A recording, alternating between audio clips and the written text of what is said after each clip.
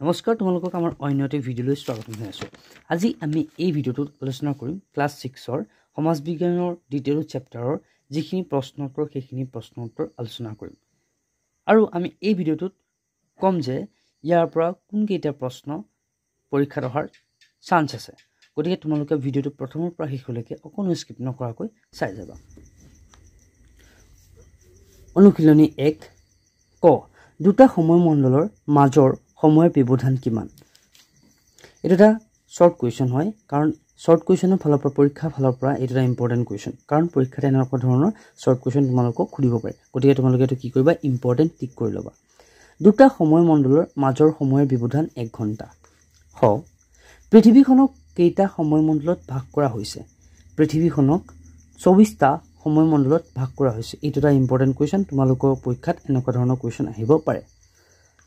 গ ভাৰতৰ মাজেৰে যোৱা কোনডাল দ্ৰাঘিমা ৰেখাৰ সময়ক দেশখনৰ মান সময় হিচাপে গণ্য কৰা হৈছে?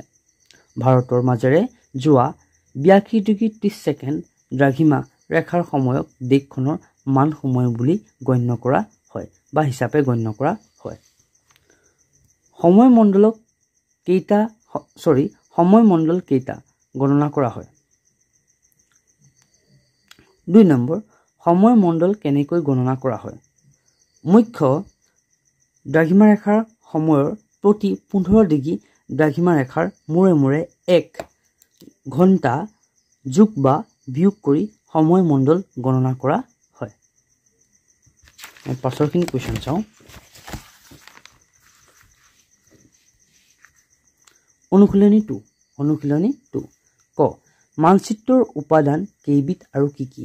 এইটো এটা অত্যন্ত গুৰুত্বপূৰ্ণ প্ৰশ্ন। এইটো পৰীক্ষা ফালৰ পৰাও হয়, তোমালোকৰ নিজৰ ব্যক্তিগত জীৱনৰ ফালৰ পৰাও এইটো এটা ইম্পৰ্টেণ্ট কুৱেশ্যন। পৰীক্ষাত এইটো অহাৰ 100% চান্স থাকে। তোমালোকে কি কৰিবা, মুখস্থ কৰি থবা। মানচিত্ৰৰ উপাদান 4বিধ।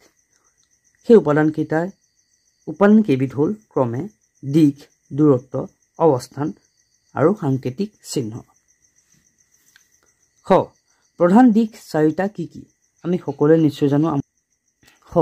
প্ৰধান দিশ 4টা কি কি? প্ৰধান দিশ 4টা হ'ল পূব, পশ্চিম, উত্তৰ আৰু দক্ষিণ। গ মানচিত্ৰৰ মাপনি বুলিলে কি বুজা? এইটো আমাৰ 2-3 নম্বৰ প্ৰশ্নৰ কাৰণে সুধিব পাৰে। ভূপৃষ্ঠৰ ওপৰৰ প্ৰকৃত দূৰত্বক মানচিত্ৰত যি অনুপাতত হ্ৰাস কৰি দেখুওৱা হয় তাকে মানচিত্ৰ বুলি কোৱা হয় বা মানচিত্ৰ বোলে। এইটো এটা ইম্পৰ্টেণ্ট কুৱেশ্যন, তোমালোকৰ নিজৰ টিক দি থবা। কিছু ক্ষেত্ৰত গোলকতকৈ মানচিত্ৰ কিয় বেছি সুবিধাজনক? কেতিয়াবা কি দেখা যায়, কেতিয়াবা পৰীক্ষাত যুক্তিসংগত প্ৰশ্ন দেখিবলৈ পোৱা যায়। যদি যুক্তিসংগত প্ৰশ্ন দিয়ে তেতিয়াহ'লে তোমালোকে এই প্ৰশ্নটো দেখিবলৈ পাবা। এইটো তোমালোকৰ 2-3 নম্বৰ কাৰণে আহিব। গোটেই পৃথিৱীখনৰ এতিয়া আমি এনচাৰটো চাওঁ। গোটেই পৃথিৱীখনৰ বিষয়ে অধ্যয়ন কৰাৰ ক্ষেত্ৰত গোলকটো উপযুক্তভাৱে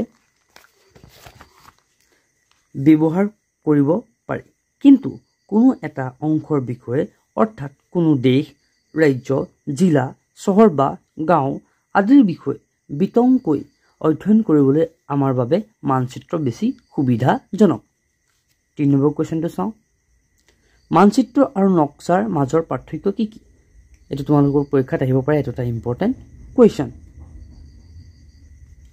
পৃথিৱী বা ইয়াৰ কোনো এটা অংশক সৰু আকাৰলৈ পৰিৱৰ্তন কৰি অংকন কৰা চিত্ৰই হ'ল মানচিত্ৰ। এইটো কি মানচিত্ৰ কাক বুলিলেও আমি এইটো লিখিব পাৰোঁ আৰু পাৰ্থক্যটো ইয়াক আমি সন্নিৱিষ্ট কৰিব পাৰোঁ। আনহাতে ডাঙৰ মাপনিৰ সহায় লৈ অংকন কৰা সৰু ঠাই এখনৰ চিত্ৰই হ'ল নক্সা। এতিয়া আমি নিশ্চয় গম পালোঁ মানচিত্ৰ আৰু নক্সাৰ মাজৰ পাৰ্থক্য। 4 মানচিত্ৰ অধ্যয়নৰ ক্ষেত্ৰত সংকেত চিহ্নবোৰে কিদৰে সহায় কৰিছে? মানচিত্ৰই কোনো এখন ঠাইৰ ঘৰ, চহৰ, ৰাস্তা ঘাট, দলং, গছ-গছনি, ৰেলপথ, পুখুৰী, কুঁৱা, খেতিপথাৰ আদি তথ্যবোৰ প্ৰকৃত আকাৰ আৰু আকৃতিত আঁকি দেখুৱাব নোৱাৰি। সেইকাৰণে